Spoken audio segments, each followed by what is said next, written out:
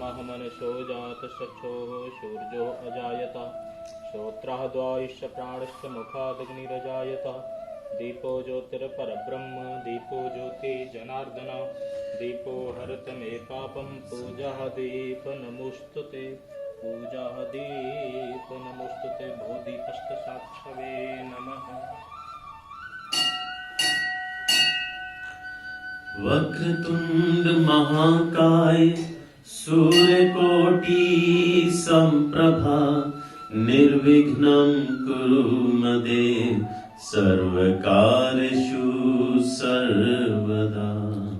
गुरुर्ब्रह्मा गुरुर्विष्णु गुरुर्देवो महेश्वरा गुरुर्साक्षात् परब्रह्म तस्मै श्री गुरुवे नमः। ध्यानमूलं गुरुमूर्ति पूजामूलं गुरुपदं मंत्रमूलं गुरुवाक्यं मोक्षमूलं गुरुकृपा। सर्वमंगलमांगल्ये शिवे सर्वार्थ साधिके शरण्ये त्र्यंबके गौरी नारायणी नमोस्तुते। या देवी सर्वभूतेषु शान्तिरूपेण संस्थिता नमस्तस्यै नमस्तस्यै नमस्तस्यै नमो नमः। अतुलित बलधामं हेमिशैलाभदेहं धनुजुवन कृशाणं ज्ञानिनां गण्यं सकलगुणनिधानं वानराणामधीशं रघुपति प्रियभक्तं वातजातं नमामि। आप सभी को माता के इस मंदिर डडली यूके के प्रांगण से मेरी ओर से अतुल अग्रवाल, सारिका अग्रवाल, सभी उपस्थित भक्त और ट्रस्टीज की तरफ से जय माता की। एक बार जोर से जयकारा लगाएंगे। जयकारा मां शेरा वाली का, बोलो सांचे दरबार की जय। जय हो श्री सत्यनारायण भगवान की। आप सभी को अंग्रेजी कैलेंडर के हिसाब से नए साल की बधाई हो। Happy new year to you all. आज मैं एक बार फिर से आपके समक्ष, आपके सामने श्री सत्यनारायण भगवान जी का कथा पाठन करने आया। आप सभी लोग पहले की भांति ही देश विदेश से मीडिया के संसाधनों के माध्यम से हमारे साथ जुड़े हैं। आप सभी का स्वागत है, अभिनंदन है।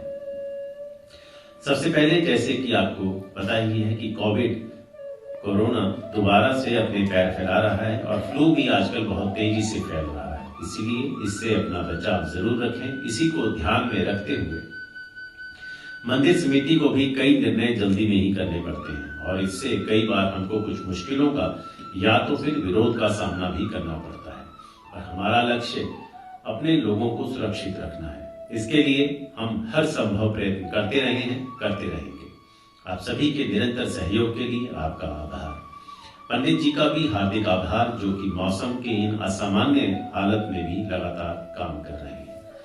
मंदिर के सभी सेवादारों का भी आभार। ये बड़े ही सौभाग्य की बात है जब हमें कोई भी सेवा का अवसर मिलता है, उसका आनंद लेना ही चाहिए। नाम है तेरा तारनहारा, कब तेरा दर्शन होगा। जिनकी प्रतिमा इतनी सुंदर, वो कितना सुंदर होगा, वो कितना सुंदर होगा। तुमने तारे लाखों प्राणी, ये संतों की वाणी है, ये संतों की वाणी है। तेरी छवि पर मेरे भगवन, ये दुनिया दीवानी है, ये दुनिया दीवानी है। भाव से तेरी पूजा रचाऊं, जीवन में मंगल होगा। जिनकी प्रतिमा इतनी सुंदर,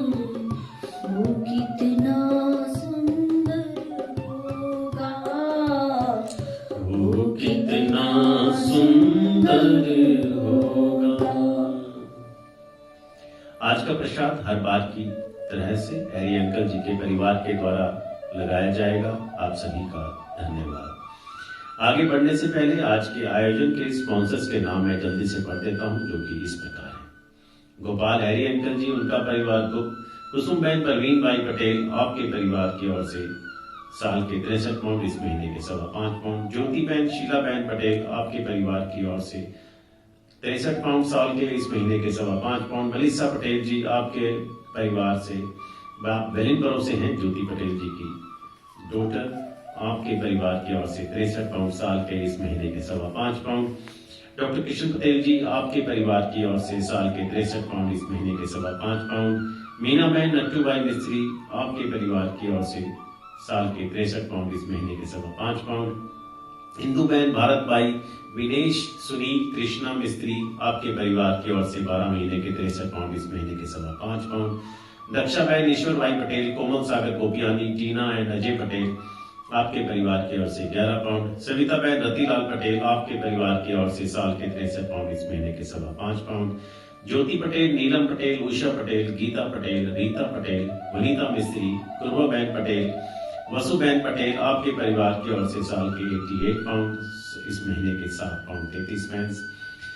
जयंती भाई दमयंती, आपके परिवार की ओर से रमीला बहन एच पटेल, प्रिया दक्षा, प्रकाश पटेल, बलवंत भाई, सुशीला बहन पटेल, आपके परिवार की ओर से इंद्रजीत गर्चा एंड नैना, शशि भाई पटेल एंड फैमिली, मृदुला परवीन भाई, Anand and Radha family, Sheetal Patel and family, Meena बहन कांति भाई पटेल, आपके परिवार की ओर से साल के 99 पाउंड, इस महीने के 8.25 पाउंड। मीना पटेल जी, आपके परिवार की ओर से साल के 25 पाउंड। राणा कोहली आंटी जी, आपके परिवार की ओर से वुलवरहैम्पटन से साल के 132 पाउंड, इस महीने के 11 पाउंड। कैलाश सोलंकी जी, आपके परिवार की ओर से आप शर्ली बर्मिंघम से हैं, साल के 108 पाउंड, इस महीने के 9 पाउंड। जगदीश शर्मा जी, आपके परिवार की ओर से हर महीने की तरह इस महीने भी 10 पाउंड।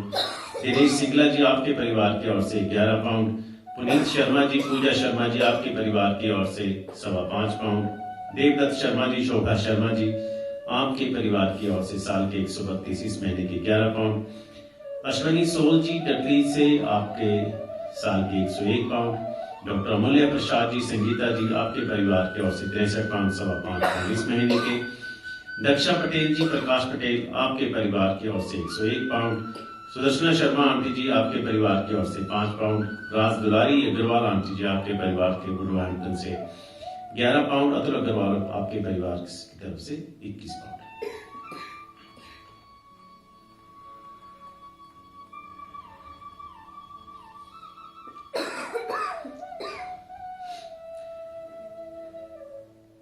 हमारे हिंदू धर्म की एक भव्यता यह भी है कि हमारे इतने उत्सव होते हैं, इतने पर्व होते हैं, और शायद यही संदेश देते हैं कि जीवन एक उत्सव है और हमें सदा प्रसन्न रहना चाहिए और प्रसन्नता बांटनी चाहिए।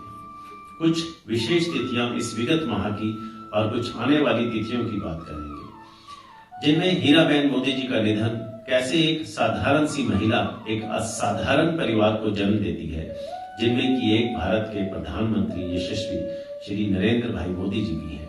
बिना किसी राजकीय शोर मचाए, ना ही देश में इसकी इवेंट बनाई गई, वास्तव में बहुत ही साधारण महिला रही और अपनी पूर्ण आयु जीकर हरि चरणों में चली गई।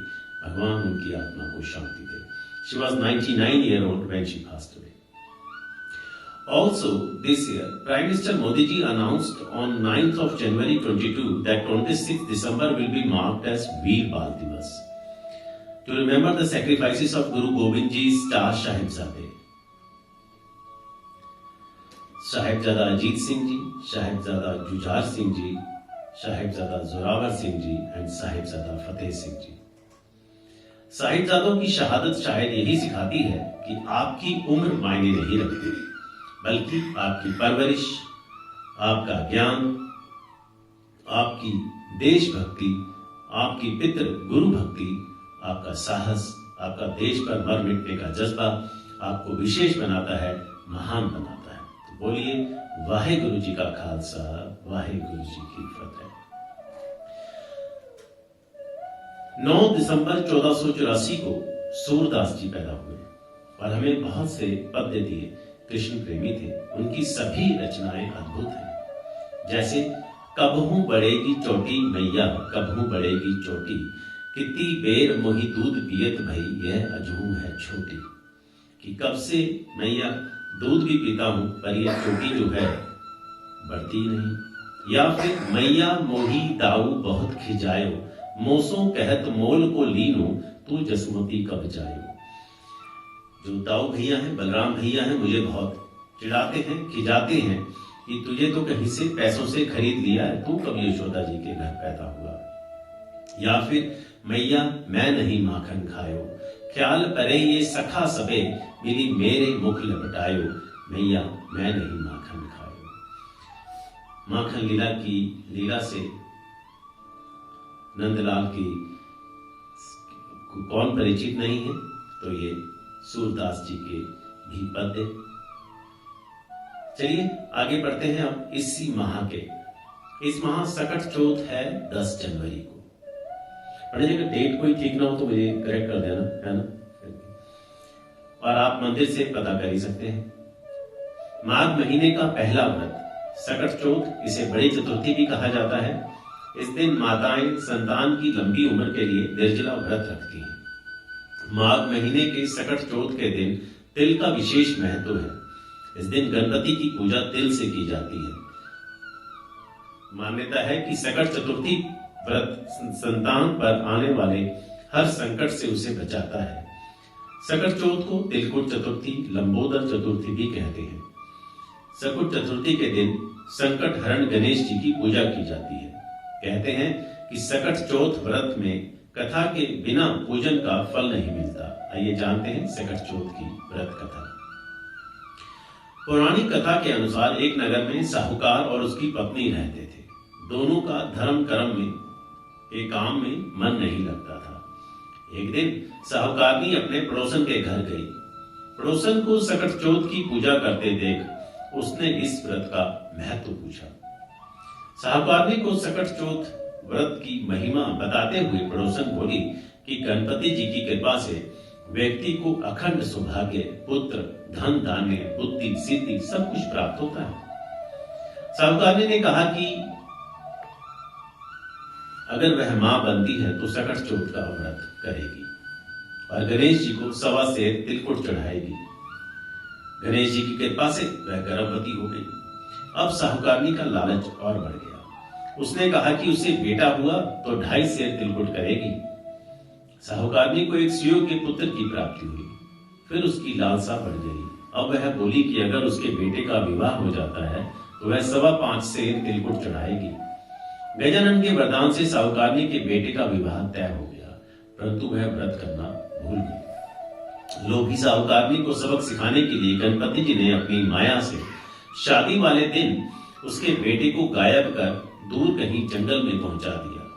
माता पिता और सभी वर के गुम हो जाने पर चिंतित होने लगे। विवाह टल गया। एक दिन साहूकारनी की होने वाली बहू सखियों संग जंगल में दुर्वा लेने गई थी। उसे देखकर साहूकारनी के बेटे ने आवाज भी दी, लेकिन वह सभी डर के मारे वहां से चली गई और इस घटना के बारे में अपनी मां को बताया। गांव वालों और साहूकारनी के संबंधियों को ने वहां जाकर देखा तो उनका दामाद घने जंगल में एक पेड़ पर बैठा था। उसने सभी को अपनी मां की गलती बताई और कहा कि मां ने सकट चौथ व्रत करने का वचन दिया था, लेकिन उसे पूरा नहीं किया, जिसके कारण सकट देव यानी गणपति जी नाराज हैं। साहूकारनी को जब ये बात पता चली तो उसे अपनी गलती का एहसास हुआ और उसने गणपति जी से क्षमा याचना कर सकट चौथ का व्रत किया और तिलकुट किया। गणेश जी ने साहूकारनी को माफ कर दिया और उसका बेटा भी सही सलामत घर आ गया। कहते हैं कि सकट चौथ के व्रत के प्रभाव से वे संतान पर कोई आंच नहीं आती, तभी से ये व्रत किया जाने लगा। सकट चौथ के बाद 13 जनवरी को लोहड़ी है, मकर संक्रांति है, बिहू, पोंगल, ये सब 14 जनवरी को है। नए साल में 2023 में मकर संक्रांति का पर्व 14 जनवरी दिन शनिवार को मनाया जाएगा। इस दिन पवित्र नदियों में स्नान, दान और सूर्य पूजा का महत्व है। मकर संक्रांति के दिन दान करने मात्र से ही व्यक्ति को कई प्रकार के लाभ होते हैं। इस दिन सूर्य देव अपने पुत्र शनि देव के घर मकर में आते हैं। इसी माह 26 जनवरी को वसंत पंचमी भी है और 26 जनवरी को इंडियन रिपब्लिक डे भी है, जो हम हर साल की तरह इस साल भी बड़े धूमधाम से मंदिर के प्रांगण में, फंक्शन हॉल में उसमें भी मनाएंगे। तो उसके बारे में अधिक जानकारी आपको मिलती रहेगी। इसके साथ ही a great freedom fighter Netaji Subhash Chandra Bose was born on 23 January 1897। क्या ही कहा जा सकता है इनके बारे में। समय की मर्यादा रहती है, इसलिए कुछ कहना संभव नहीं हो पाएगा, लेकिन आप लोग समय निकालकर इनके बारे में जरूर पढ़ें और गौरवान्वित हों। यद्यपि आजकल सर्दी बहुत बढ़ रही है और इसका असर त्योहारों पर भी पड़ा है, लेकिन इन तूफानों के बीच में भी अपने अंदर का जोश, उत्साह अभी भी जीवित है और यह पूर्णतया विश्वास है कि सब अच्छा होगा, क्योंकि यदि नाथ का नाम दयानिधि है, मेरे नाथ का नाम दयानिधि है, वो दया भी करेंगे कभी न कभी, वो दया भी करेंगे कभी न कभी। दुख हारी प्रभु दुखियों जन के, दुख हारी प्रभु दुखियों जन के, दुख कष्ट हरेंगे कभी न कभी, दुख कष्ट हरेंगे कभी न कभी। मेरे नाथ का नाम दयानिधि है, वो दया भी करेंगे कभी न कभी, वो दया भी करेंगे कभी न कभी। आज की पूर्णिमा एक विशेष बात उसमें ये भी है कि आज शाकुंभरी माता का पर्व मनाया जाता है। तो पहले एक मैया का भजन और उसके बाद शाकुंभरी देवी जी के बारे में जानते हैं। पार करो मेरा बेड़ा भवानी, पार करो मेरा बेड़ा, पार करो मेरा बेड़ा भवानी, पार करो मेरा बेड़ा, पार करो मेरा बेड़ा, पार करो मेरा बेड़ा। छाया घोरी अंधेरा भवानी, पार करो माँ बेड़ा, छाया घोर अंधेरा भवानी, पार करो मेरा बेड़ा। मैं निर्गुणिया गुण नहीं कोई, मैं निर्गुणिया गुण नहीं कोई, मैया जगा दो किस्मत सोई, मैया जब तो किस्मत सोई। देखो ना अवगुण मेरा भवानी, देखो ना अवगुण मेरा, देखो न अवगुण मेरा भवानी, देखो न अवगुण मेरा। पार करो मेरा बेड़ा भवानी, पार करो मेरा बेड़ा। शाकुंभरी देवी दुर्गा अवतारों में से एक है। दुर्गा के सभी अवतारों में से रक्तदंतिका, भीमा, भ्रामरी, शताक्षी तथा शाकुंभरी प्रसिद्ध हैं। मां शाकुंभरी की पौराणिक ग्रंथों में वर्णित कथा के अनुसार एक समय जब पृथ्वी पर दुर्गम नामक दैत्य ने आतंक का माहौल पैदा किया, इस तरह करीब 100 वर्ष तक वर्षा न होने के कारण अन्न जल के अभाव में भयंकर सूखा पड़ा, जिससे लोग मर रहे थे, जीवन खत्म हो रहा था। उस दैत्य ने ब्रह्मा जी से चारों वेद चुरा लिए थे। तब आदिशक्ति मां दुर्गा का रूप मां शाकुंभरी देवी के रूप में अवतरित हुई, जिनके 100 नेत्र थे। उन्होंने रोना शुरू किया, रोने पर आंसू निकले और इस तरह पूरी धरती में जल का प्रवाह हो गया। अंत में मां शाकुंभरी ने दुर्गम दैत्य का अंत कर दिया। इस कथा के अनुसार शाकुंभरी देवी ने 100 वर्षों तक तप किया था और महीने के अंत में एक बार शाकाहारी भोजन कर तप किया। ऐसी निर्जीव जगह जहां पर 100 वर्ष तक पानी भी नहीं था, वहां पर पेड़ पौधे उत्पन्न हो गए। यहाँ पर साधु संत माता का चमत्कार देखने के लिए आए और उन्हें शाकाहारी भोजन दिया गया।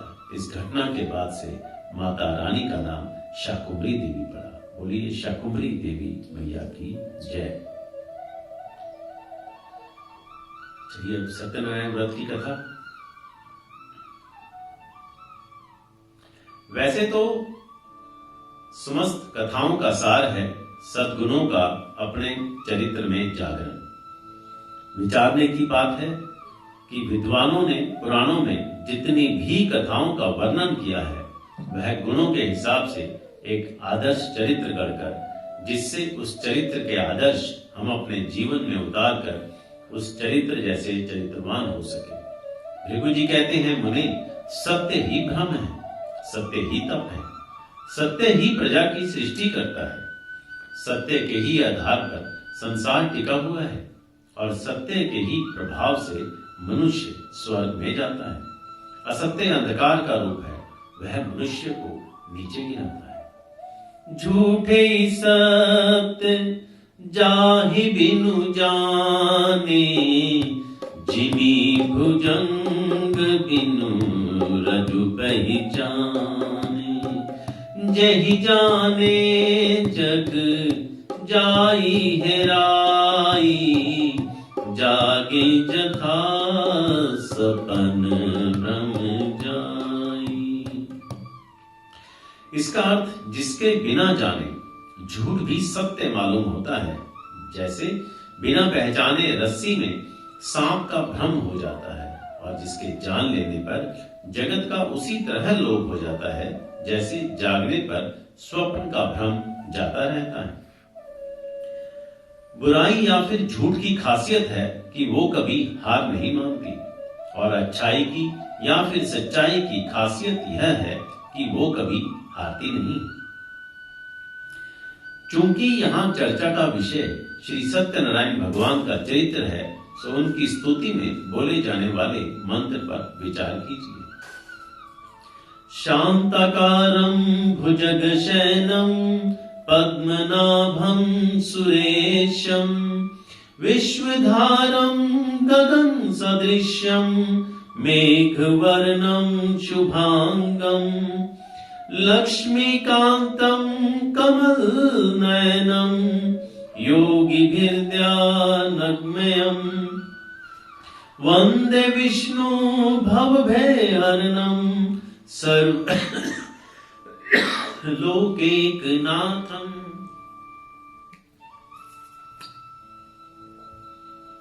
इसका अर्थ हम उस ईश्वर विष्णु की वंदना करते हैं जो शांत चित्त हैं, सर्पों की शैया पर शयन करने वाले हैं, कमल युक्त नाभि वाले हैं, देवताओं के भी भजनीय हैं, विश्व का आधार है, गगन के समान सर्वव्यापक है, मेघों के जैसे ही सुंदर वर्णों वाले हैं, साक्षात लक्ष्मी जी जिनकी सेवा में तत्पर हैं, तथा वह कमल के समान सुंदर नेत्रों वाले वह योगियों के भी ध्यान के परम केंद्र हैं, तथा सभी प्राणियों के एकमात्र ईश्वर हैं, एकमात्र नाथ हैं।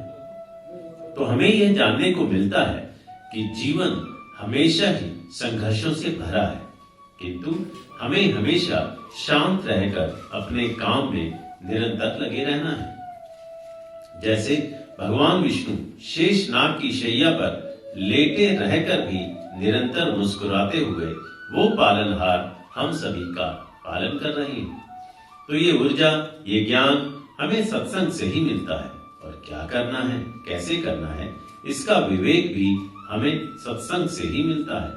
लेकिन ये सब प्रभु कृपा के बिना संभव नहीं है। बिनु सत्संग विवेक न होई, राम कृपा बिन सुलभ न सोई। बिनु सत्संग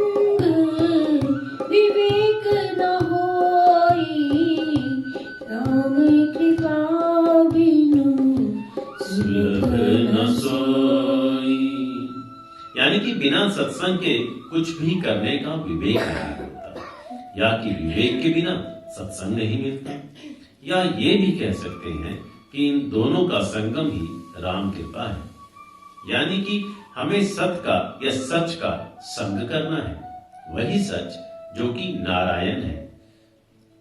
इसे ऐसे भी कह सकते हैं कि नारायण ही शाश्वत है, सनातन है, सच है। एक घड़ी आधी घड़ी आधी की पुनिया, तुलसी संगत साधु की कटे कोटि अपरा। जिनके जीवन में सत्वचन, सत्कर्म, सत्संग, सत्पुरुष, सत्ग्रंथ, सात्विकता, सच्चिदानंद है, यह श्री सत्यनारायण की कथा विशेष रूप से उन्हीं के लिए है। पर इसका मतलब ये कदापि नहीं कि बाकी लोग पूजा पाठ नहीं कर सकते, क्योंकि विधाता भगवान दयालु है। जैसे पेड़ यह नहीं देखता कि कोई धर्मी है, अधर्मी है, अमीर है, गरीब है, पशु है, पक्षी है, सभी को समान रूप से छाया देता है। नदी सभी को समान रूप से जल देती है। सूर्य प्रकाश सभी को समान रूप से देता है। इसी प्रकार प्रभु दया तो सभी के ऊपर करते हैं, पर करुणा केवल भक्तों के ऊपर ही करते हैं।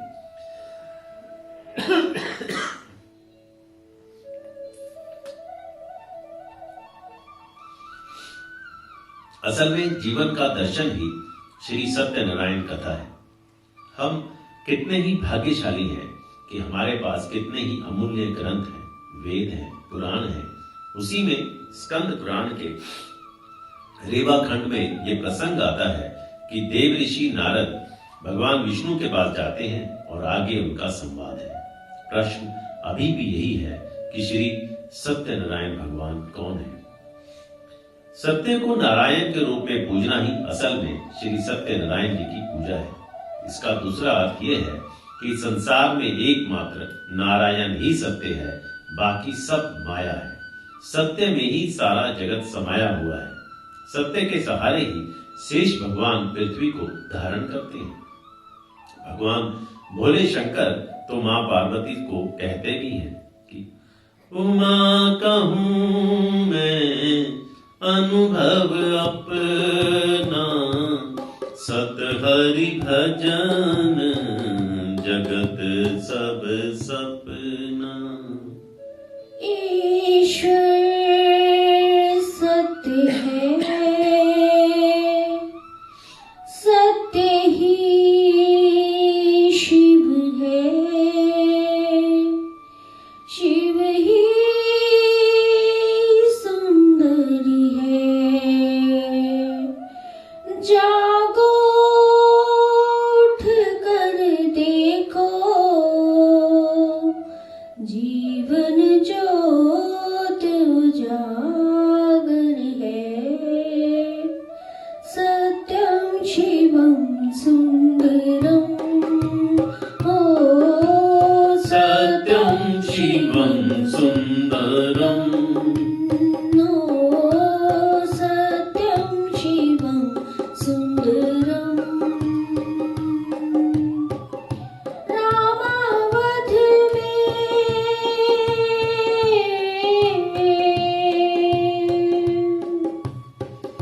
रामावध में काशी में शिव, कान्हा वृंदावन में। दया करो प्रभु देखो इनको, दया करो प्रभु देखो इनको, हर घर के आंगन में। राधा मोहन शरणम, सत्यं शिवं सुंदरम, ओ सत्यं शिवं सुंदरम।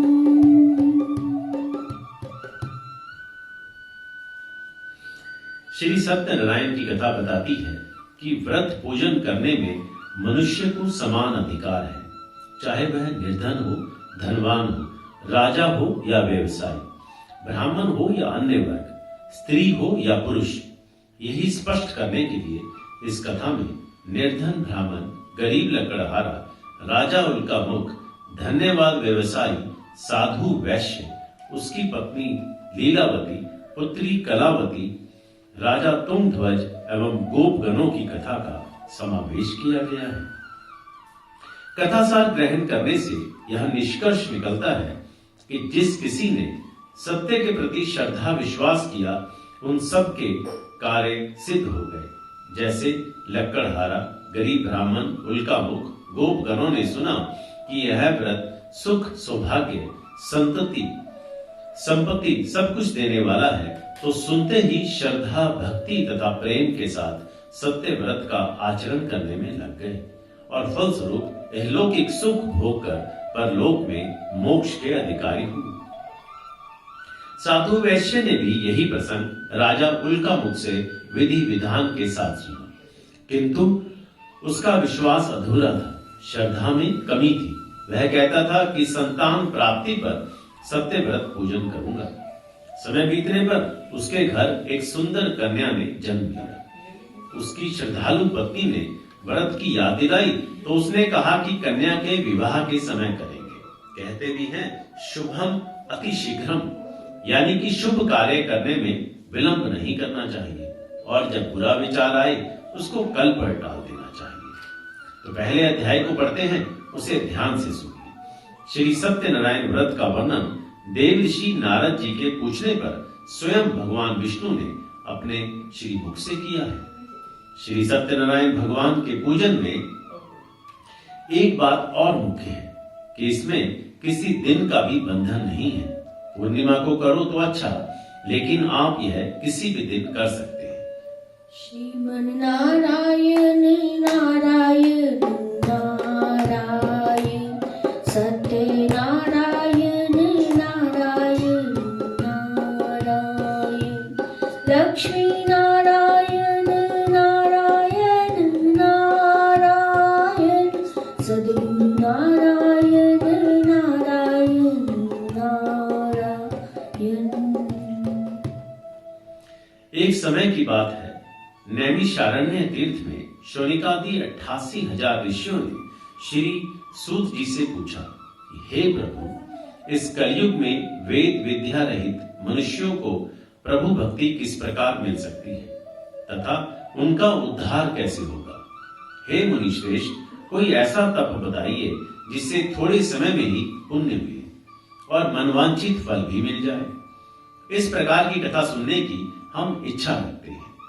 सर्व शास्त्रों के ज्ञाता सूत जी बोले, हे वैष्णव में पूज्य, आप सभी ने प्राणियों के हित की बात पूछी है, इसीलिए मैं एक ऐसे श्रेष्ठ व्रत को आप लोगों को बताऊंगा जिसे नारद जी ने लक्ष्मी नारायण जी से पूछा था और लक्ष्मीपति ने मुनि श्रेष्ठ नारद जी से कहा था। आप सब इसे ध्यान से सुनिए। एक समय की बात है कि योगीराज नारद जी दूसरों की हित की इच्छा लिए अनेक लोकों में घूमते हुए मृत्यु लोक में आ पहुंचे। यहाँ उन्होंने अनेक योनियों में जन्मे प्राय सभी मनुष्यों को अपने कर्मों द्वारा अनेक दुखों से पीड़ित देखा। उनका दुख देख नारद जी सोचने लगे कि कैसा यत्न किया जाए जिसके करने से निश्चित रूप से मानव के दुखों का अंत हो जाए। इसी विचार पर मनन करते हुए वह विष्णु लोक में गए। वहां वह देवों के ईश नारायण की स्तुति करने लगे, जिनके हाथों में शंख, चक्र, गदा और पद्म थे, गले में वरमाला पहने हुए थे।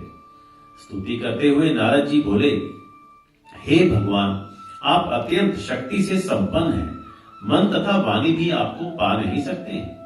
आपका आदि मध्य तथा अंत नहीं है।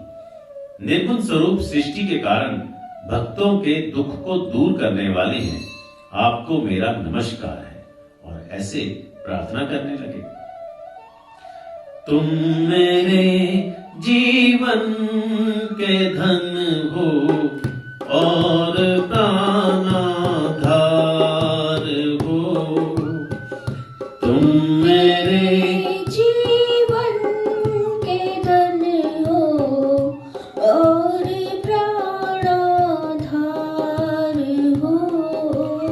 एक तुम दाता दयालु सबके पालनहार हो, तुम मेरे जीवन के धन हो और प्राणाधार हो।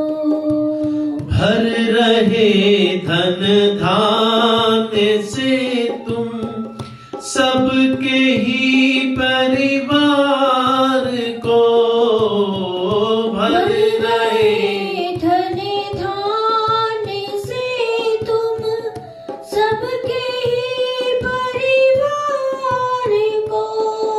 दे के तुम थकते नहीं हो, दे के तुम थकते नहीं हो, ऐसी तुम सरकार हो।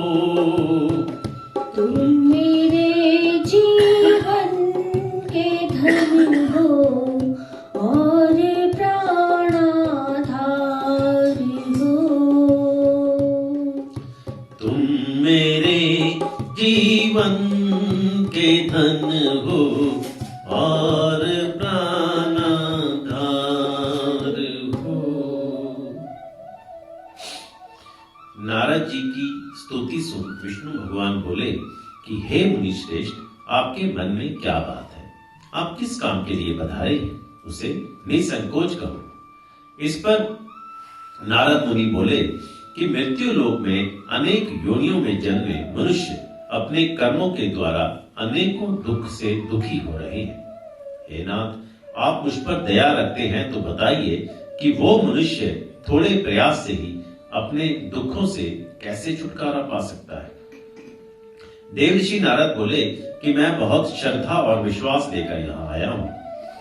दरबार में सत्य स्वामी के, दरबार में सत्य स्वामी के दुख दर्द मिटाए जाते हैं। दुनिया के सताए लोग यहाँ, दुनिया के सताए लोग यहाँ सीने से लगाए जाते हैं। दरबार में सत्य स्वामी के दुख दर्द मिटाए जाते हैं। संसार यही है, रहने को यहाँ दुख ही दुख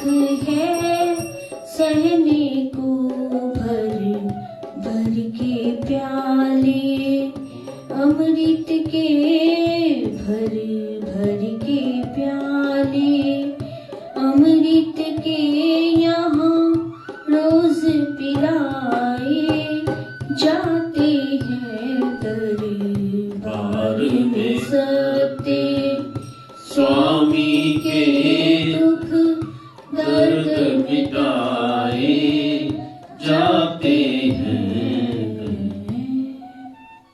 श्री हरि बोले, हे नारद, मनुष्यों की भलाई के लिए तुमने बहुत अच्छी बात पूछी। जिसके करने से मनुष्य मोह से छूट जाता है, वह बात मैं कहता हूं, उसे सुनो। स्वर्ग लोक व मृत्यु लोक दोनों में एक दुर्लभ उत्तम व्रत है जो पुण्य देने वाला है। आज प्रेमवश होकर मैं उसे तुमसे कहता हूं। श्री सत्यनारायण भगवान का यह व्रत अच्छी तरह विधान पूर्वक करके मनुष्य तुरंत ही यहाँ सुख भोगकर मरने पर मोक्ष पाता है। श्री हरि के वचन सुन नारद जी बोले कि उस व्रत का फल क्या है और उसका विधान क्या है? यह व्रत किसने किया था? इस व्रत को किस दिन करना चाहिए? सभी कुछ विस्तार से बताएं। नारद जी की बात सुनकर श्री हरि बोले, दुख व शोक को दूर करने वाला, यह सभी स्थानों पर विजय दिलाने वाला है। मानव को भक्ति व श्रद्धा के साथ शाम को श्री सत्यनारायण भगवान की पूजा धर्म परायण होकर ब्राह्मणों व बंधुओं के साथ करनी चाहिए। भक्ति भाव से ही नैवेद्य, केले का फल, घी, दूध और गेहूं का आटा सवाया ले। गेहूं के स्थान पर साठी का आटा, शक्कर तथा गुड़ लेकर वह सभी भक्षण योग्य पदार्थों को मिलाकर भगवान का भोग लगाएं। ब्राह्मणों सहित बंधु बांधवों को भी भोजन कराएं। उसके बाद स्वयं भोजन करें। भजन कीर्तन के साथ भगवान की भक्ति में लीन हो जाएं। इस तरह से श्री सत्यनारायण भगवान का यह व्रत करने पर मनुष्य की सारी इच्छाएं निश्चित रूप से पूरी होती हैं। इस कलिकाल अर्थात कलयुग में मृत्यु लोक में मोक्ष का यही एक सरल उपाय बताया गया है। इति श्री सत्यनारायण व्रत कथा का प्रथम अध्याय संपूर्ण। श्रीमन नारायण नारायण नारायण भजमनि नारायण नारायण नारायण सत्य नारायण नारायण नारायण लक्ष्मी नारायण नारायण नारायण। यहाँ आपने ध्यान दिया होगा कि श्री सत्यनारायण जी की पूजा किसी भी दिन करा सकते हैं। तो मित्रों, अपने समय को नष्ट न करें और भगवान का ध्यान करें, क्योंकि ये जीवन अनमोल है और फिर पता नहीं मौका मिलता है या नहीं। अनमोल तेरा जीवन यूं ही गवा रहा है, अनमोल तेरा जीवन यूं ही गवा रहा है। किस और तेरी मंजिल, किस और तेरी मंजिल, किस और जा रहा है। अनमोल तेरा जीवन यूं ही गवा रहा है। दूसरा अध्याय। सूत जी बोले, हे ऋषियों, जिसने पहले समय में इस व्रत को किया था उसका इतिहास कहता हूं, ध्यान से सुनो। सुंदर काशीपुरी नगरी में एक अत्यंत निर्धन ब्राह्मण रहता था। भूख प्यास से परेशान वह धरती पर घूमता रहता था। ब्राह्मणों से प्रेम करने वाले भगवान ने एक दिन ब्राह्मण का वेश धारण कर उसके पास जाकर पूछा, हे विप्र, नित्य दुखी होकर तुम पृथ्वी पर क्यों घूमते हो? दीन ब्राह्मण बोला, मैं निर्धन ब्राह्मण हूं, भिक्षा के लिए धरती पर घूमता हूं। हे भगवान, यदि आप इसका कोई उपाय जानते हो तो बताइए। वृद्ध ब्राह्मण कहता है कि श्री सत्यनारायण भगवान मनोवांछित फल देने वाले हैं, इसलिए तुम उनका पूजन करो। इसे करने से मनुष्य सभी दुखों से मुक्त हो जाता है। वृद्ध ब्राह्मण बनकर आए श्री सत्यनारायण भगवान उस निर्धन ब्राह्मण को व्रत का सारा विधान बताकर अंतर ध्यान हो गए। ब्राह्मण मन ही मन सोचने लगा कि जिस व्रत को वृद्ध ब्राह्मण करने को कह गए हैं उसे मैं जरूर करूंगा। यह निश्चय करने के बाद उसे रात में नींद नहीं आई। वह सवेरे उठकर श्री सत्यनारायण भगवान के व्रत का निश्चय कर भिक्षा के लिए चला गया। उस दिन निर्धन ब्राह्मण को भिक्षा में बहुत धन मिला, जिससे उसने बंधु बांधवों के साथ मिलकर श्री सत्यनारायण भगवान का व्रत संपन्न किया। भगवान श्री सत्यनारायण का व्रत संपन्न करने के बाद वह निर्धन ब्राह्मण सभी दुखों से छूट गया और अनेक प्रकार की संपत्तियों से युक्त हो गया। उसी समय से ब्राह्मण हर माह इस व्रत को करने लगा। इस तरह से श्री सत्यनारायण भगवान के व्रत को जो मनुष्य करेगा वह सभी प्रकार के पापों से छूटकर मोक्ष को प्राप्त होगा। जो मनुष्य इस व्रत को करेगा वह भी सभी दुखों से मुक्त हो जाएगा। सूत जी बोले कि इस तरह से नारद जी से नारायण जी का कहा हुआ श्री सत्यनारायण व्रत को मैंने तुमसे कहा। हे विप्रो, मैं अब और क्या कहूं? ऋषि बोले, हे मुनिवर, संसार में उस विप्र से सुनकर और किस किस ने इस व्रत को किया, हम सब इस बात को सुनना चाहते हैं। इसके लिए हमारे मन में श्रद्धा है। सूत जी बोले कि हे मुनियों, जिसने ये व्रत किया है वह अब सुनो। एक समय वही विप्र धन व ऐश्वर्य के अनुसार अपने बंधु बांधवों के साथ इस व्रत को करने को तैयार हुआ। उसी समय एक लकड़ी बेचने वाला बूढ़ा आदमी आया और लकड़ियां बाहर रखकर अंदर ब्राह्मण के घर में गया, जहां उसने देखा कि ब्राह्मण प्रभु की भक्ति कुछ यूं कर रहा है। दशा मुझ दीन की भगवन संभालोगे तो क्या होगा।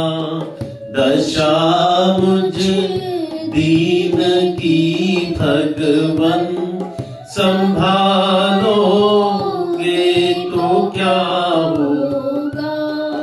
अगर चरणों की सेवा में लगा लोगे तो क्या होगा। अगर चरणों की सेवा में लगा लोगे तो क्या होगा। कि नामी पात की हूँ मैं, कि नामी पाप हर हो तुम। कि नामी पात की हूँ मैं, कि नामी पाप हर हो तुम। जो लज्जा दोनों नामों की बचा लोगे तो क्या होगा। जो लज्जा दोनों नामों की बचा लोगे तो क्या होगा। दशा मुझ दीन की भगवन संभालोगे तो क्या होगा। प्यास से दुखी वह लकड़हारा उनको व्रत करते देख विप्र को नमस्कार कर पूछने लगा कि आप यह क्या कर रहे हैं तथा इसे करने से क्या फल मिलेगा, कृपया मुझे भी बताएं। ब्राह्मण ने कहा कि सभी मनोकामनाओं को पूरा करने वाला यह श्री सत्यनारायण भगवान का व्रत है। इनकी कृपा से ही मेरे घर में धन दाने आदि की वृद्धि हुई है। विप्र से श्री सत्यनारायण व्रत के बारे में जानकर लकड़हारा बहुत प्रसन्न हुआ। चरणामृत लेकर वो प्रसाद खाने के बाद वह अपने घर गया। लकड़हारे ने अपने मन में संकल्प किया कि आज लकड़ी बेचने से जो धन मिलेगा उसी से मैं श्री सत्यनारायण भगवान का उत्तम व्रत करूंगा। मन में इस विचार को ले बूढ़ा आदमी सिर पर लकड़ियां रख उस नगर में बेचने गया जहां धनी लोग ज्यादा रहते थे। उस नगर में उसे अपनी लकड़ियों के दाम पहले से 4 गुना अधिक मिलता है। बूढ़ा प्रसन्नता के साथ दाम लेकर केले, शक्कर, घी, दूध, दही, गेहूं का आटा ले और श्री सत्यनारायण भगवान के व्रत की अन्य सामग्रियां लेकर अपने घर गया। वहां उसने अपने बंधु बांधवों को बुलाकर विधि विधान से श्री सत्यनारायण भगवान का पूजन और व्रत किया। इस व्रत के प्रभाव से वह बूढ़ा लकड़हारा धन, पुत्र आदि से युक्त होकर संसार के समस्त सुख भोग अंत काल में वैकुंठ धाम चला गया। इति श्री सत्यनारायण व्रत कथा का 2वां अध्याय संपूर्ण। श्रीमन नारायणी नारायण नारायण, भजमन नारायण नारायण नारायण, सत्यनारायण नारायण नारायण, लक्ष्मी नारायण नारायण नारायण। तीसरा अध्याय। सूत जी बोले, हे श्रेष्ठ मुनियों, अब आगे की कथा कहता हूं। पहले समय में उल्कामुख नाम का एक बुद्धिमान राजा था।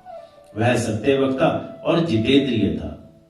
प्रतिदिन देव स्थानों पर जाता और निर्धनों को धन देकर उनके कष्ट दूर करता था।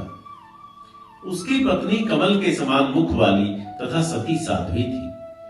भद्रशिला नदी के तट पर उन दोनों ने श्री सत्यनारायण भगवान का व्रत किया। उसी समय साधु नाम का एक वैश्य आया। उसके पास व्यापार करने के लिए बहुत सा धन भी था। राजा को व्रत करते देखकर वह विनय के साथ पूछने लगा, हे राजन, भक्ति भाव से पूर्ण होकर आप ये क्या कर रहे हैं? मैं सुनने की इच्छा रखता हूं, तो आप मुझे बताइए।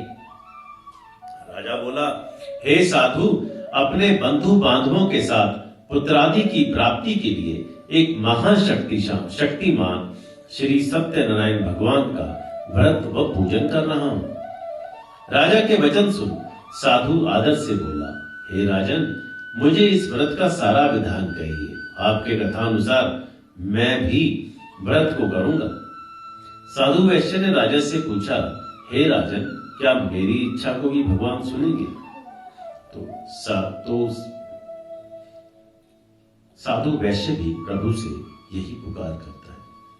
बस यही है हमारी विनय आपसे, बस यही है हमारी विनय आपसे। मेरा बेड़ा सदा सुख से चलता रहे। हम पुकारे तुम्हें, तुम उबारो हमें। हम पुकारे तुम्हें, तुम उबारो हमें। ऐसे अरमान दिल से निकलते रहे, ऐसे अरमान दिल से निकलते रहे। या तो कह दो कि पापी को तारा नहीं, तो मैं बोलूंगी हरगिज दोबारा नहीं। या तो कह दो कि पापी को तारा नहीं, तो मैं बोलूंगी हरगिज दोबारा नहीं। तुम हमारे बनो, हम तुम्हारे बने। तुम हमारे बनो, हम तुम्हारे बने। प्यार दोनों तरफ से उमड़ता रहे। बस यही है हमारी विनय आपसे। मेरा बेड़ा सदा सुख से चलता रहे। तो साधु ने कहा कि मेरी भी संतान नहीं है और इस व्रत को करने से निश्चित रूप से मुझे संतान की प्राप्ति होगी। राजा से व्रत का सारा विधान सुन व्यापार से निवृत्त हो वह अपने घर गया।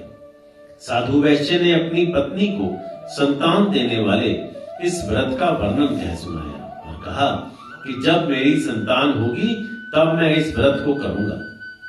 साधु ने इस तरह के वचन अपनी पत्नी लीलावती से कहे। एक दिन लीलावती पति के साथ आनंदित हो सांसारिक धर्म में प्रवृत्त होकर श्री सत्यनारायण भगवान की कृपा से गर्भवती हो गई। 10वें महीने में उसके गर्भ से एक सुंदर कन्या ने जन्म लिया। दिनों दिन वह ऐसे बढ़ने लगी जैसे कि शुक्ल पक्ष का चंद्रमा। माता पिता ने अपनी कन्या का नाम कलावती रखा। एक दिन लीलावती ने मीठे शब्दों में अपने पति को याद दिलाया कि आपने श्री सत्यनारायण भगवान के जिस व्रत को करने का संकल्प किया था उसे करने का समय आ गया है। आप इस व्रत को करिए। साधु बोला कि हे प्रिय, इस व्रत को मैं उसके विवाह पर करूंगा। इस प्रकार अपनी पत्नी को आश्वासन देकर वह नगर को चला गया। कलावती पिता के घर में रहकर वृद्धि को प्राप्त हुई। साधु ने एक बार नगर में अपनी कन्या को सखियों के साथ देखा तो तुरंत ही दूत को बुलाया और कहा कि मेरी कन्या के योग्य वर देखकर आओ।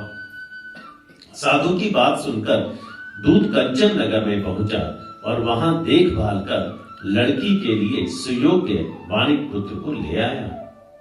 सुयोग्य लड़के को देख साधु ने बंधु बांधवों को बुलाकर अपनी पुत्री का विवाह कर दिया। लेकिन दुर्भाग्य की बात यह है कि साधु ने अभी भी श्री सत्यनारायण भगवान का व्रत नहीं किया। इस पर भगवान क्रोधित हो गए और श्राप दिया कि साधु को अत्यधिक दुख मिले।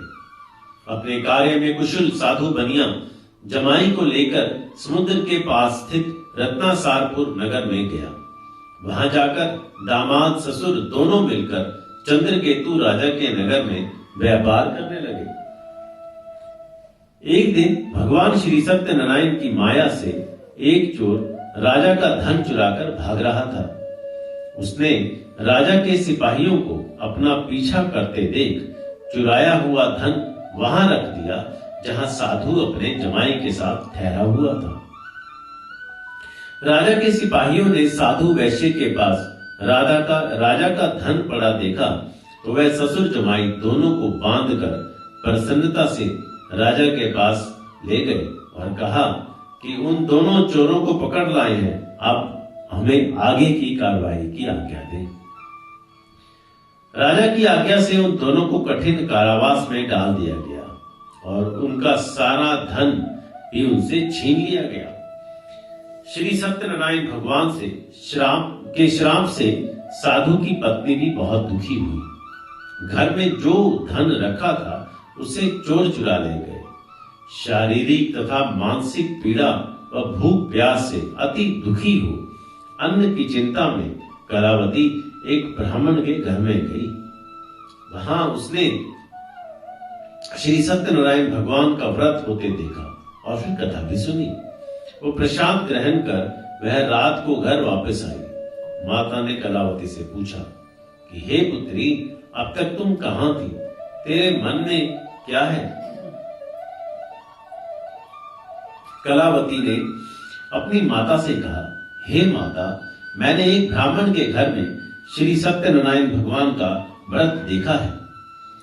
कन्या के वचन सुन लीलावती भगवान के पूजन की तैयारी करने लगी। लीलावती ने परिवार व बंधुओं सहित श्री सत्यनारायण भगवान का पूजन किया और उनसे वर मांगा कि मेरे पति तथा जमाई शीघ्र घर आ जाए। साथ ही यह प्रार्थना भी की कि हम सबका अपराध क्षमा करें। ससुर और जमाता ने भी यही पुकार की बाके बिहारी मुझको देना सहारा, कहीं छूट जाए ना दामन तुम्हारा। बाके बिहारी मुझको देना सहारा, कहीं छूट जाए ना दामन तुम्हारा। बाके बिहारी मुझको देना सहारा, कहीं छूट जाए ना दामन तुम्हारा। बाके बिहारी मुझको देना सहारा, कहीं छूट जाए ना दामन तुम्हारा।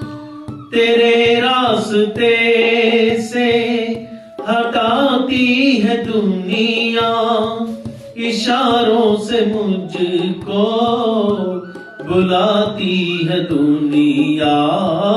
तेरे रास्ते से हटाती है दुनिया, इशारों से मुझको बुलाती है दुनिया।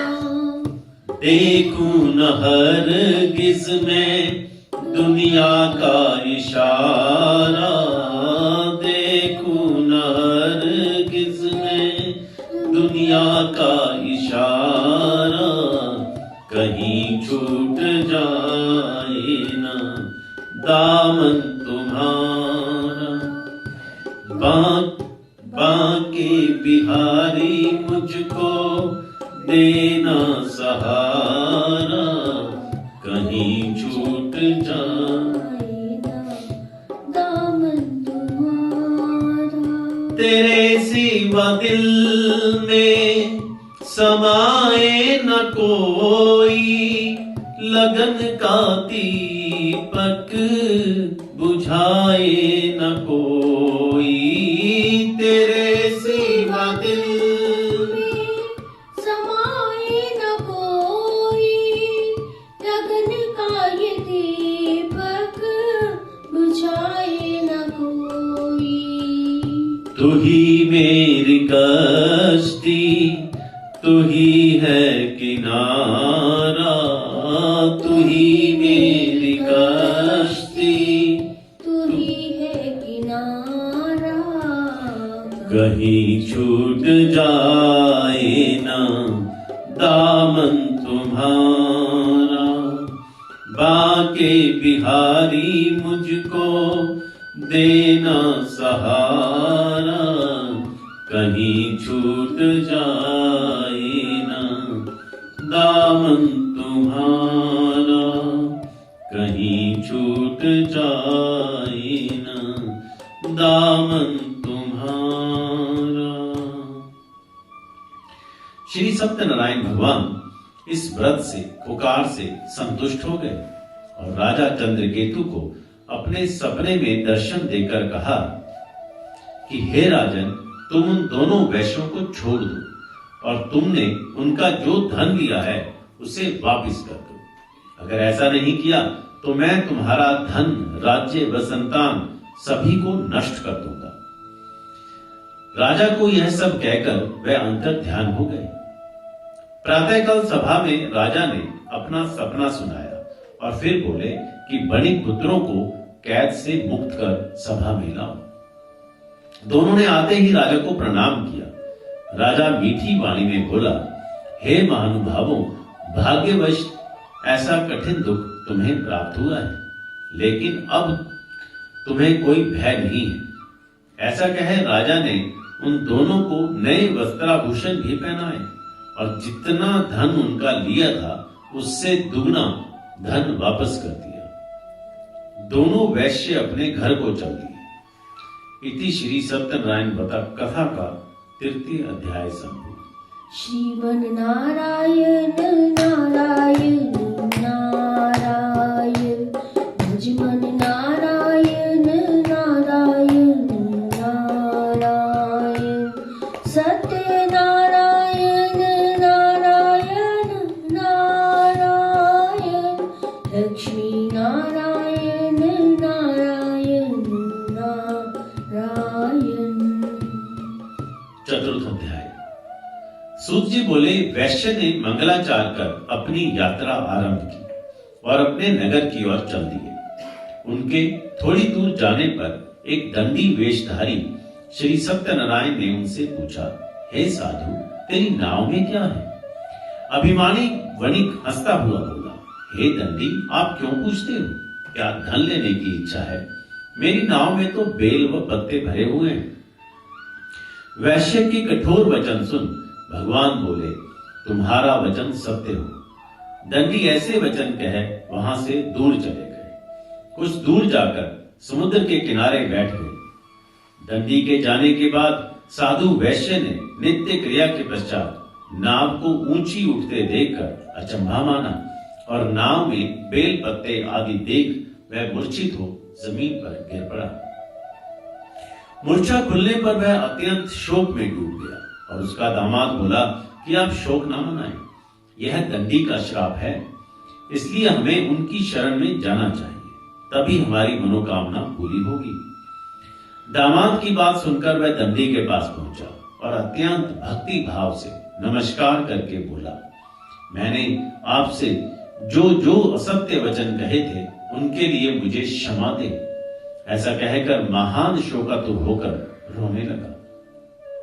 तब दंडी भगवान बोले, हे बणिक पुत्र, मेरी आज्ञा से बार बार तुम्हें दुख प्राप्त हुआ है, तू मेरी पूजा से विमुख हुआ है। साधु बोला, हे भगवान, अगर नाथ देखोगे अवगुण हमारे, तो हम कैसे भव से लगेंगे किनारे। अगर नाथ देखोगे अवगुण हमारे, तो हम कैसे भव से लगेंगे किनारे। हमारे लिए क्यों देरी किए हो, हमारे लिए क्यों देरी किए हो। गणी का अजामिल तो पल में उबारे। अगर नाथ देखोगे अब गुण हमारे, तो हम कैसे भव से लगेंगे किनारे। तो फिर साधु बोला कि आपकी माया से ब्रह्मा आदि देवता भी आपके रूप को नहीं जानते, तब मैं अज्ञानी कैसे जान सकता हूं। आप प्रसन्न होइए, अब मैं सामर्थ्य के अनुसार आपकी पूजा करूंगा, मेरी रक्षा करो और पहले के समान नौका में धन भर दो। साधु वैश्य के भक्ति पूर्वक वचन सुनकर भगवान प्रसन्न हो गए और उसकी इच्छा अनुसार वरदान देकर अंतर ध्यान हो गए। ससुर जमाई जब नाव पर आए तो नाव धन से भरी हुई थी। फिर वहीं अपने अन्य साथियों के साथ श्री सत्यनारायण भगवान का पूजन कर अपने नगर को चल दिए। जब नगर के नजदीक पहुंचे तो दूत को घर पर खबर करने के लिए भेज दिया। दूत साधु की पत्नी को प्रणाम कर कहता है कि मालिक अपने दामाद सहित नगर के निकट आ गए हैं। दूत की बात सुन साधु की पत्नी लीलावती ने बड़े हर्ष के साथ श्री सत्यनारायण भगवान का पूजन कर अपनी पुत्री कलावती से कहा कि मैं अपने पति के दर्शन को जाती हूँ, तू कार्य पूर्ण कर शीघ्र आ जा। माता के ऐसे वचन सुन कलावती जल्दी में प्रसाद छोड़ अपने पति के पास चली गई। प्रसाद की अवज्ञा के कारण श्री सत्यनारायण भगवान रुष्ट हो गए और नाव सहित उसके पति को पानी में डुबो दिया। कलावती अपने पति को वहां ना पाकर रोती हुई जमीन पर गिर गई। नौका को डूबा हुआ देख वह कन्या को रोता देख साधु दुखी होकर बोला कि हे प्रभु, मुझसे तथा मेरे परिवार से जो भूल हुई उसे क्षमा करें। मुझे चरणों से लगा ले मेरी श्याम मुरली वाले, मुझे चरणों से लगा ले मेरी श्याम मुरली वाले।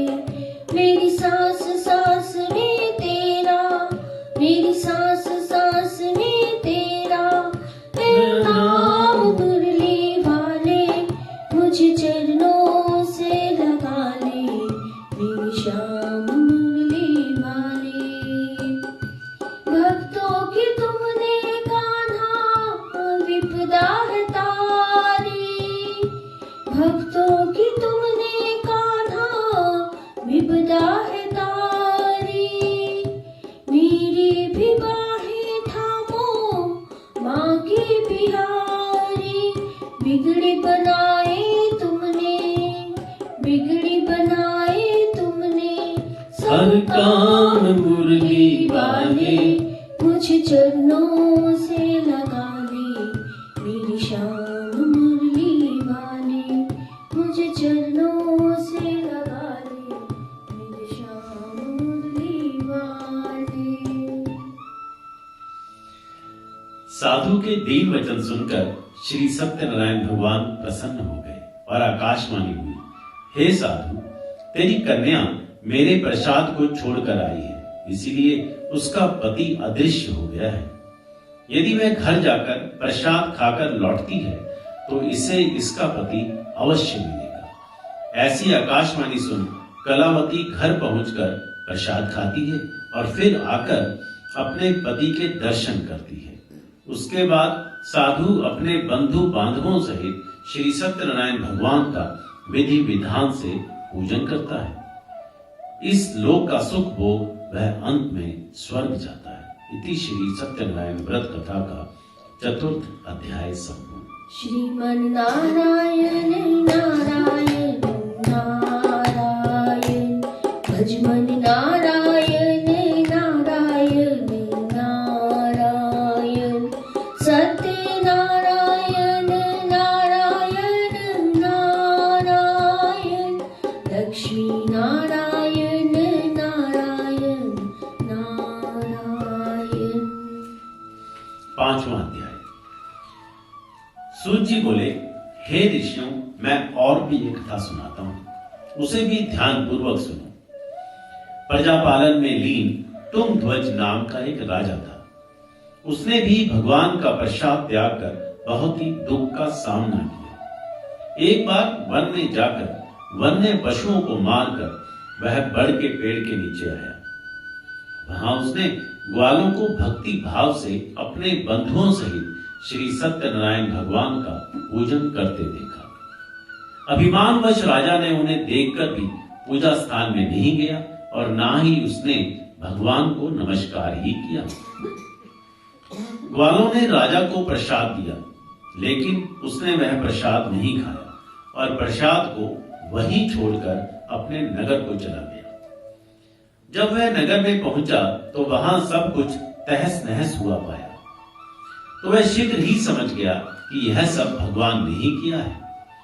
वह दोबारा ग्वालों के पास पहुंचा और विधि पूर्वक पूजा करके प्रसाद खाया तो श्री सत्यनारायण भगवान की कृपा से सब कुछ पहले जैसा हो गया।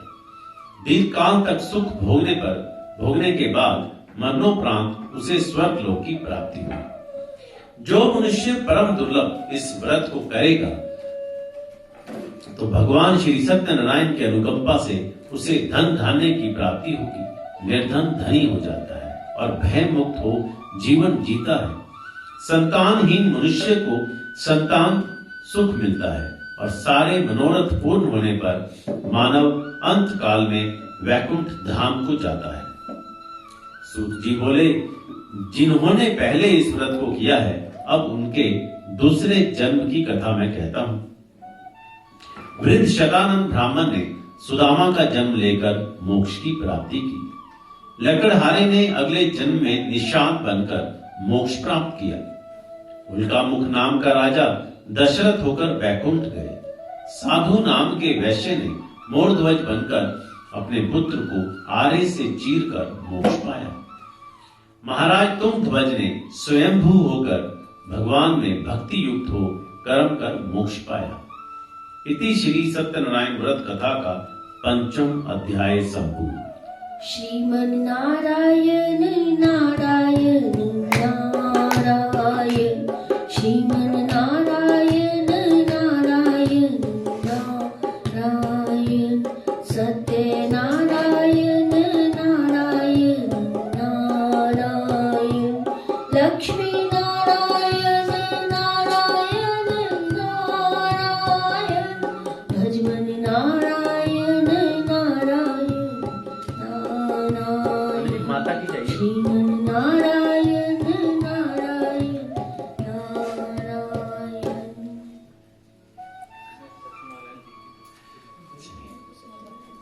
एक आधा भजन कर लो साथ। दिल की हर धड़कन से तेरा नाम निकलता है। दिल की हर धड़कन से तेरा नाम निकलता है। तेरे दर्शन को मोहन तेरा दास तरसता है। तेरे दर्शन को मोहन तेरा दास तरसता है। जन्मों पे जन्म लेकर मैं हार गई मोहन। जन्मों पे जन्म लेकर मैं हार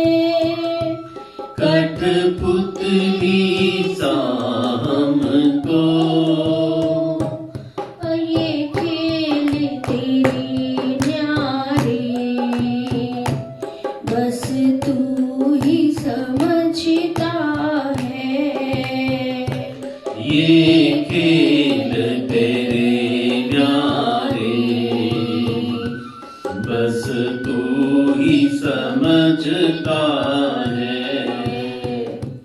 दिल की हर धड़कन से तेरा नाम निकलता है। दिल की हर धड़कन से तेरा नाम निकलता है। ये दिल पुकारता है, एक बार चले आओ। ये दिल पुकारता है, एक बार चले आओ। दर्शन देकर प्यारे मेरी बिगड़ी बना जाओ।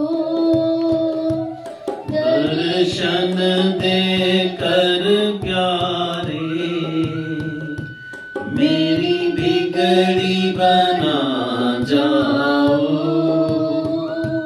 प्रियतम मेरे दिल में अरमान मचलता है। प्रियतम मेरे दिल में अरमान निकलता है। कर भी दो दया मोहन, हम भी तो तुम्हारे हैं। कर भी दो दया मोहन, हम भी तो तुम्हारे हैं। एक बार तो अपनाओ, जन्मों से तुम्हारे हैं। एक बार तो अपनाओ, जन्मों से तुम्हारे हैं। तेरे नित्य मिलन को अब जीवन ये तरसता है। तेरे नित्य मिलन को अब जीवन ये तरसता है। दिल की हर धड़कन से तेरा नाम निकलता है। दिल की हर धड़कन से तेरा नाम निकलता है। भूले बांके बिहारी लाल की जय। समय बहुत है, क्या करें अंकल जी?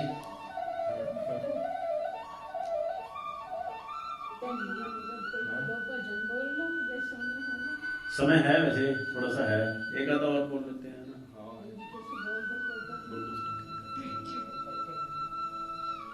हर श्वास में हो सुमिरन तेरा, यूं बीत जाए जीवन मेरा। हर श्वास में हो सुमिरन तेरा, यूं बीत जाए जीवन मेरा। तेरी पूजा करते बीते सांझ सवेरा। तेरी पूजा करते बीते सांझ सवेरा, यूं बीत जाए जीवन मेरा। यूं बीत जाए जीवन मेरा। नैनों की खिड़की से तुझको पल पल में निहारूं। नैनों की खिड़की ही से तुझको पल पल में निहारूं, मन में बसा लूं तेरी आरती उतारूं, मन में बसा लूं तेरी आरती उतारूं, डाले रहूं तेरे चरणों में डेरा, यूं बीत जाए जीवन मेरा, डाले रहूं तेरे चरणों में डेरा, यूं बीत जाए जीवन मेरा। हर श्वास में हो सुमिरन तेरा, यूं बीत जाए जीवन मेरा, हर श्वास में हो सुमिरन तेरा, यूं बीत जाए जीवन मेरा। जो भी तेरा प्यारा हो वो मेरे दिल का प्यारा हो, जो भी तेरा प्यारा हो वो मेरे दिल का प्यारा हो, मेरे सर का ताज मेरी आँखों का तारा हो, मेरे सर का ताज मेरी आँखों का तारा हो, सब में नियारूं रूप तुम्हारा, यूं बीत जाए जीवन मेरा, सब में निहारूं रूप सुनहरा, यूं बीत जाए जीवन मेरा, हर श्वास में हो सुमिरन तेरा, यूं बीत जाए जीवन मेरा।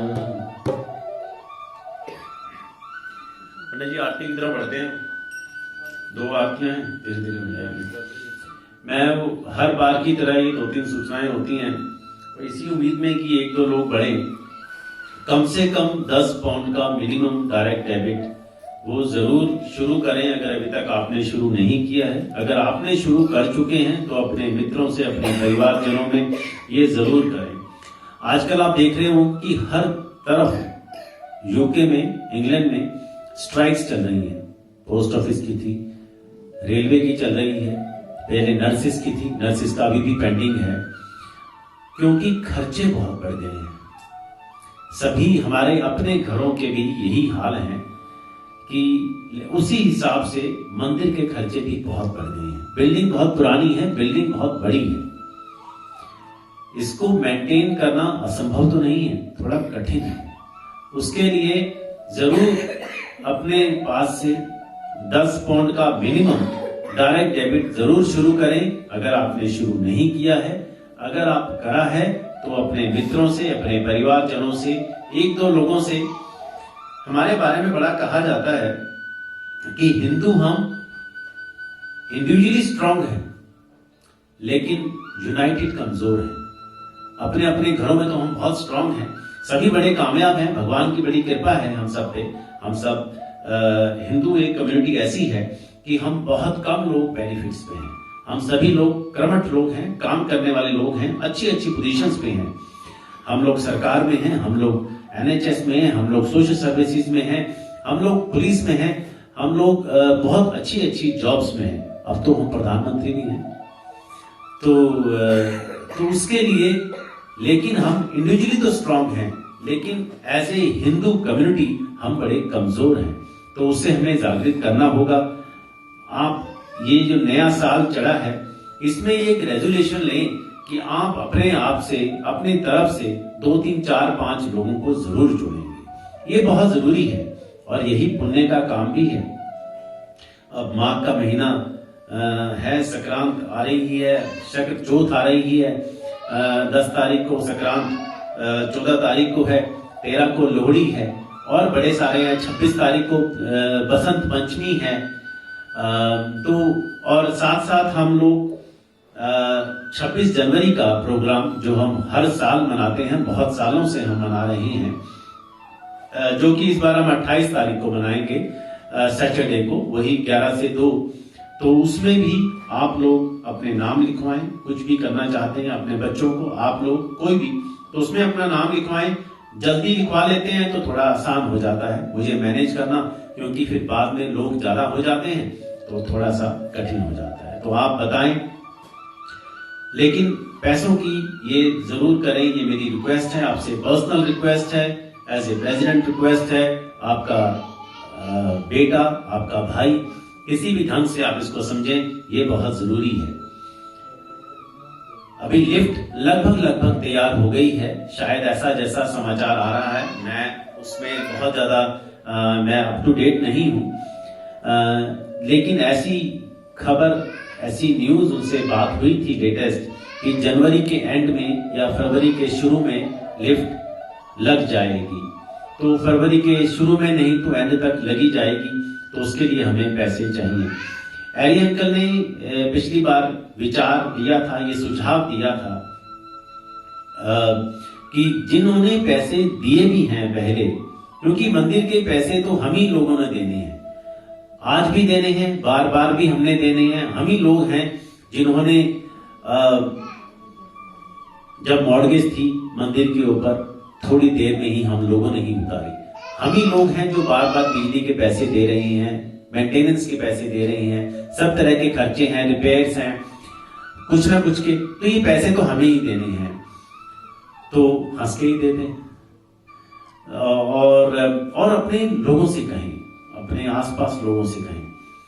और मुझे पता है कि लोग सोचते हैं, लोग कहते भी हैं, और ये मुझे दूर से, पास से, नजदीक से आवाज तो आती है कि भी अतुल जब भी है तो पैसों की बात ही करता है, पर पैसों की बात तो करनी ही है।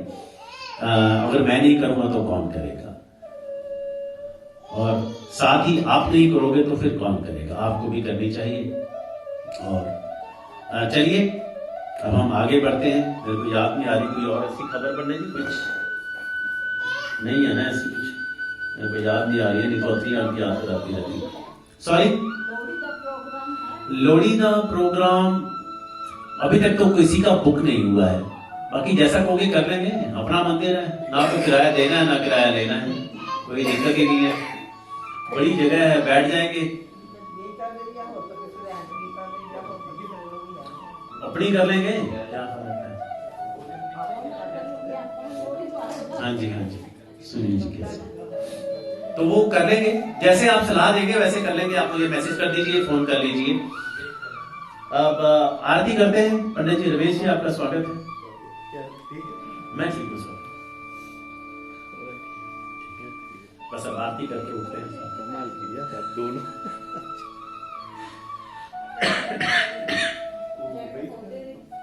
अभी तो नहीं आए होंगे, आगे अच्छा जब हमसे बात करते हैं जी जी, अभी ठीक है, मैं आ रहा हूँ बस आरती के बाद।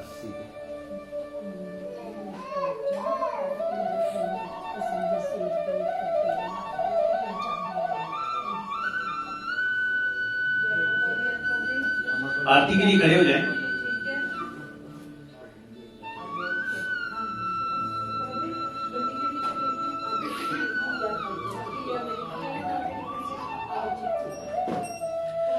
जय लक्ष्मी रमना स्वामी, जय लक्ष्मी रमना, सत्यनारायण स्वामी, सत्यनारायण स्वामी, जन पातक हरना, ओम जय लक्ष्मी रमना, रतन जड़ित सिंहासन, अद्भुत छवि राजे, स्वामी अद्भुत छवि राजे, नारद करत निरंजन, नारद करत निरंजन, घंटा ध्वनि बाजे, ओम जय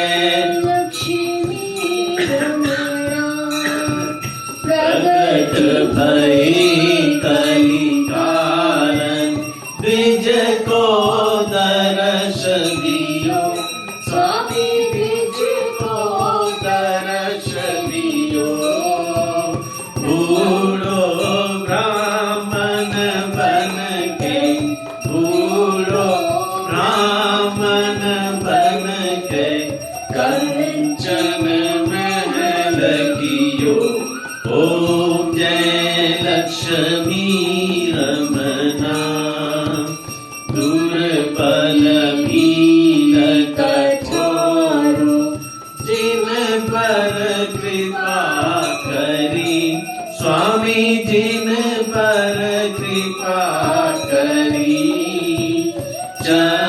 चंद्रचूड़ एक राजा चंद्रचूड़ एक राजा दिन की विपत्ति हरी ओम जय लक्ष्मी रमणा वैश्य मनोरथ पायो श्रद्धा तज दीनी स्वामी श्रद्धा तज दीनी सो फल भोग्यो प्रभु जी सो फल भोग्यो प्रभु जी फिर स्तुति कीनी ओम जय लक्ष्मी रमना भाव भक्ति के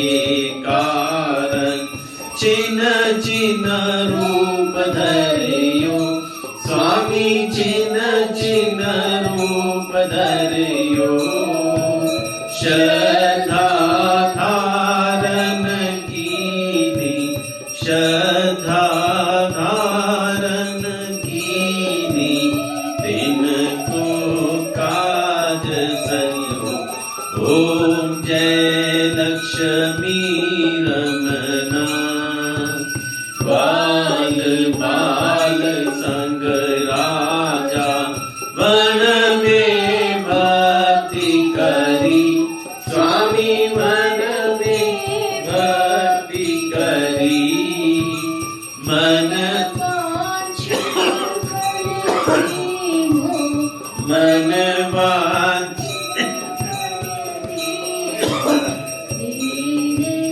याद हरि ओम जय लक्ष्मी रमना चढ़त प्रसाद सवायो कदली फल मेवा स्वामी कदली फल मेवा धूप दीप तुलसी से धूप दीप तुलसी से राजी सत्य देवा ओम जय लक्ष्मी रमना सत्य नारायण जी की यार गावे स्वामी जो कोई नर गावे रीति सिद्धि सुख संपत्ति रीति सिद्धि सुख संपत्ति सहज रूप पावे ओम जय लक्ष्मी रमना जय लक्ष्मी रमना स्वामी जय लक्ष्मी रमना सत्यनारायण स्वामी सत्यनारायण स्वामी जनपातक हरना ओम जय लक्ष्मी रमना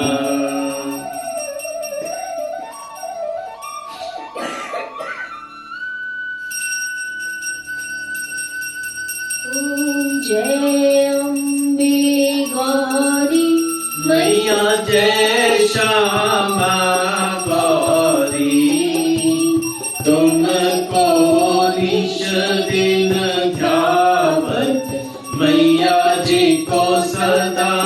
मनावती हरि ब्रह्मा शिव जी ओम जय अम्बे गौरी मांग सिंदूर विराजती को मृग मद को मैया टीको मृग मद को उज्जवल से दो नैना उज्जवल से दो नैना चंद्र बदननी को ओम जय अम्बे गौरी कनक समान कलेवर रकांबर राजे मैया रकांबर राजे रक्त पुष्प कली माला रक्त पुष्प कली माला कंचन पर साजे ओम जय अम्बे गौरी हरि वाहन राज कनक कपरधारी मैया कनक कपरधारी सुर नर मुनि जन सुर नर मुनि जन सेवक दिन के दुख हारी ओम जय अम्बे गौरी आनंद कुंडल ज्योति नासा जय मोती मैया नासा जय मोती कोटिक चंद्र दिवाकर कोटिक चंद्र दिवाकर राजक समज्योति ओम जय अम्बे गौरी शुंभ शुंभ विदारे महिषासुर घाती मैया महिषासुर घाती दूर विलोचन नैना दूर विलोचन नैना विष दिन मदमाती ओम जय अम्बे गौरी चंड मुंड संघारे शोणित बीज हरे मैया शोणित बीज हरे मधु कैटभ दो मारे मधु कैटभ दो मारे सुरभ ओम जय अम्बे गौरी ब्रह्मानी रुद्राणी तुम कमला रानी मैया तुम कमला रानी आगम निगम बखानी आगम निगम तुम जीव पटरानी ओम जय अम्बे गौरी 64 योगिन गावत नित्य करत भैरो मैया नित्य करत भैरो बाजत तार मदंगा बाजत ताल मदंगा और बाजत डमरू ओम जय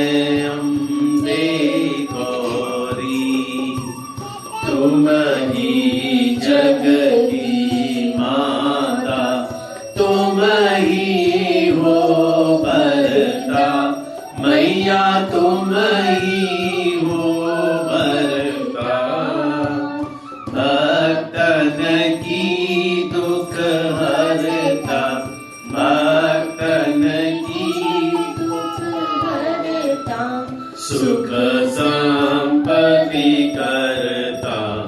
ओम जय अम्बे गौरी। पूजा चार अति शोभित मुद्राधारी, मैया वर मुद्राधारी, मन वांछित फल पावत, मन वांछित फल पावत, सेवत नर नारी। ओम जय गौरी। जनकाल विराजत अगर कपूर बाती, मैया अगर कपूर बाती, श्रीमान के तू मेरा जत, श्रीमान के तू मेरा जत, कोटि रतन ज्योति। ओम जय अम्बे गौरी। अम्बा जी की आरती जो कोई जन गावे, मैया प्रेम सहित गावे, कहत शिवानंद स्वामी, कहत हरिहर स्वामी, मनवांछित फल पावे।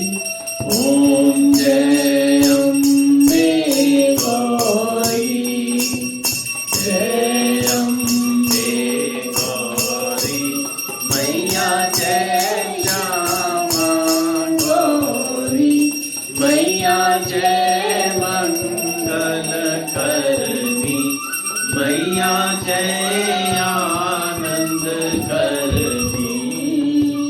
तुमको ध्यावत, मैया जी को सदा ही मनावत, हरि ब्रह्मा शिव जी। ओम जय अम्बे गौरी। कर्पूर गौरम करुणावतारम, संसार सारम भुजगेन्द्रहारम, सदा वसंतम हृदयारविंदे, भवं नमामि शरणं नमामि। मंगलम भगवान विष्णु, मंगलम गरुड़ध्वजा, मंगलम पुंडरीकाक्षाय, मंगलाय तनोहरि। सर्वमंगल मांगल्ये शिवे सर्वार्थ साधिके, शरण्ये त्र्यंबके गौरी, नारायणी नमस्तुते, नारायणी नमस्तुते, नारायणी नमस्तुते। तमेव तमेव बन्धुश्च सखा, तमेव तमेव विद्या द्रविणं, तमेव तमेव सर्वं मम देव देव। ओम सर्वे भवन्तु सुखिनः, सर्वे सन्तु निरामया, सर्वे भद्राणि पश्यन्तु, मा कश्चित् दुःखभाग् भवेत्। की जय, बे मात की जय, कन्हैया लाल की जय, राजा रामचंद्र भगवान की जय, पवन सुत हनुमान की जय, उमापति महादेव की जय, लक्ष्मी नारायण भगवान की जय, सभी देवी देवताओं की जय। जगदया जोता वाली माता तुम्हारी सदा ही जय। बोल साचे दरबार की जय। जय जय श्री राम। श्याम।